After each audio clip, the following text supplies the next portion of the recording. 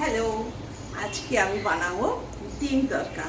ডিমগুলো কিন্তু ওরকম ভুজিয়া মতো করে না, ডিমগুলোকে গোটা গোটা সিদ্ধ করেছি, করে একটু নুন হলুদ মাখিয়েছি, জাস্ট একটু ভেজে নেবো।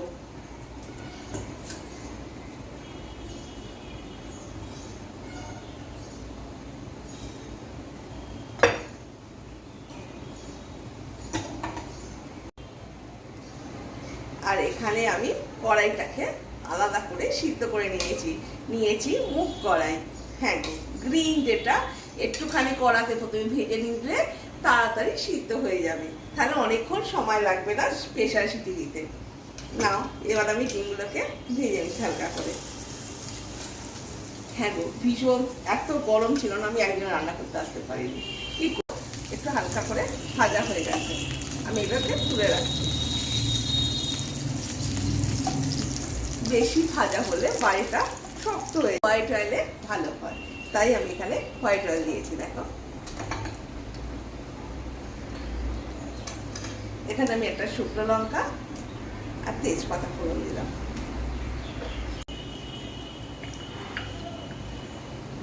এখানে আমি একটু প্রথমে ফোড়নে চিনি দিচ্ছি।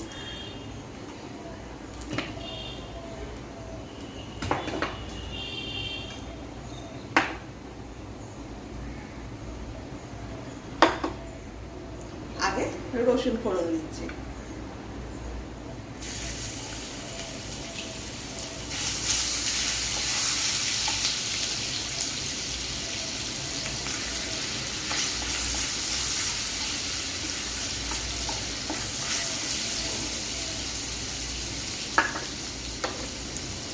পেঁয়াজটা ঢেলে দিচ্ছি, ভালো করে ভাজা হচ্ছে।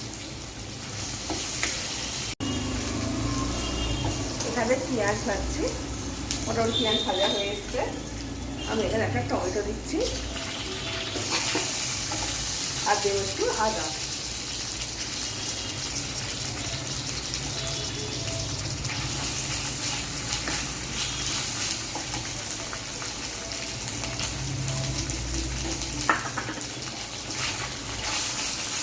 লঙ্কা দিচ্ছি,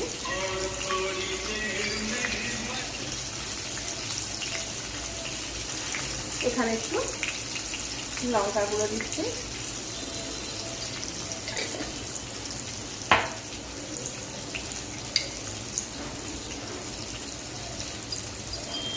একটু হলুদ দিচ্ছি।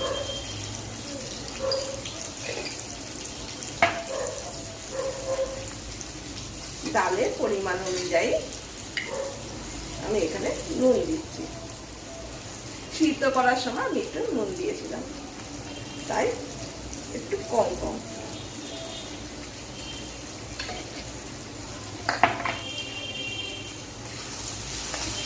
ভালো করে এবার কষবো। তাহলে একটু করে ডালের জলটা, বাইরের জল দেওয়ার দরকার, বাইরের জলটা দিলে টেস্টটা নষ্ট হয়।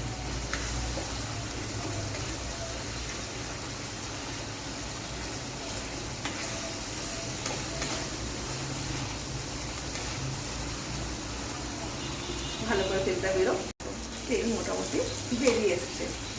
এবার আমি এখানে ডালটা ঢেলে দেব, কমিয়ে দিচ্ছি। মোটামুটি হয়ে এসছে। একটুখানি জুসি জুসি ভাব না থাকলে রুটি দিয়ে খেতে খুব অসুবিধা হয়। ডিমগুলো এখানে দিয়ে দিলাম। ডিমটার সঙ্গে কিছুক্ষণ একটু ফুটুক, তাহলে ডিমের এটা টেস্টটা চেঞ্জ হয়ে যাবে। আর একটু কসুরি মেথি,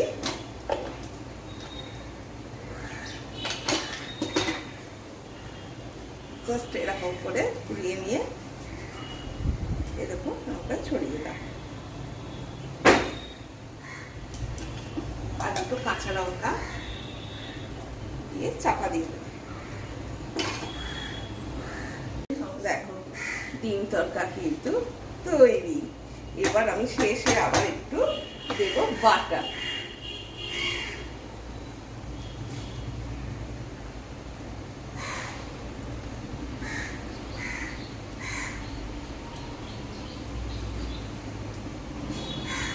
এটাই খা।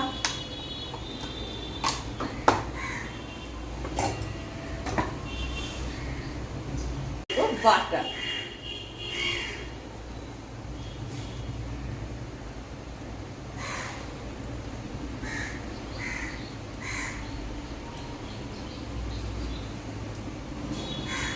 এটাই খা।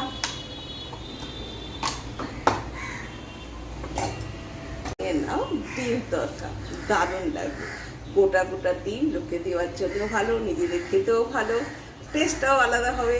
হ্যাঁ, খুব ভালো থাকো, সুস্থ থাকো, এইভাবে বানাও ডিম তরকা।